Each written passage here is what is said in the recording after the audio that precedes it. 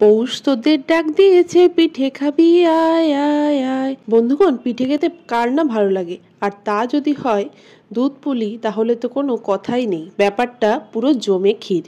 প্রথমে চালের গুঁড়োর সাথে গরম জল মিশিয়ে একটা ডো তৈরি করে নিতে হবে। তারপর সেখান থেকে ছোট ছোট গুলি কেটে চালের গুঁড়োর মধ্যে দিয়ে ছোট ছোট বাটির মতন বানিয়ে নিতে হবে। এরপর এর মধ্যে নলেন গুড়ের সন্দেশ পুর হিসাবে দেওয়া হয়েছে। বহুদিন মার কাছে আবদারের পর এবার শেষমেশ দুধ পুলি পাবো। এর থেকে আনন্দের আর কি হয়। এর বদলে তোমরা নারকেলের পুরও কিন্তু ব্যবহার করতে পারো। এরপর মোমোর মতন অনেকটা মুখটা মুড়িয়ে এই পুলিগুলোকে গরম জলের মধ্যে তোমরা স্টিম করেও নিতে পারো। আর এখানে দেখো অনেকগুলো চুষিও মা কেটে নিয়েছে। চুষি আর পুলি দিয়ে দুধ পুলি কিন্তু দারুণ লাগে খেতে। দুধ ভালো করে ফুটিয়ে তার মধ্যে গুড় দিয়ে জাল দিয়ে পুলিগুলো দিলেই ব্যাস রেডি। ভিডিওটি লাইক দিয়ে চ্যানেলটি অবশ্যই সাবস্ক্রাইব করো কিন্তু।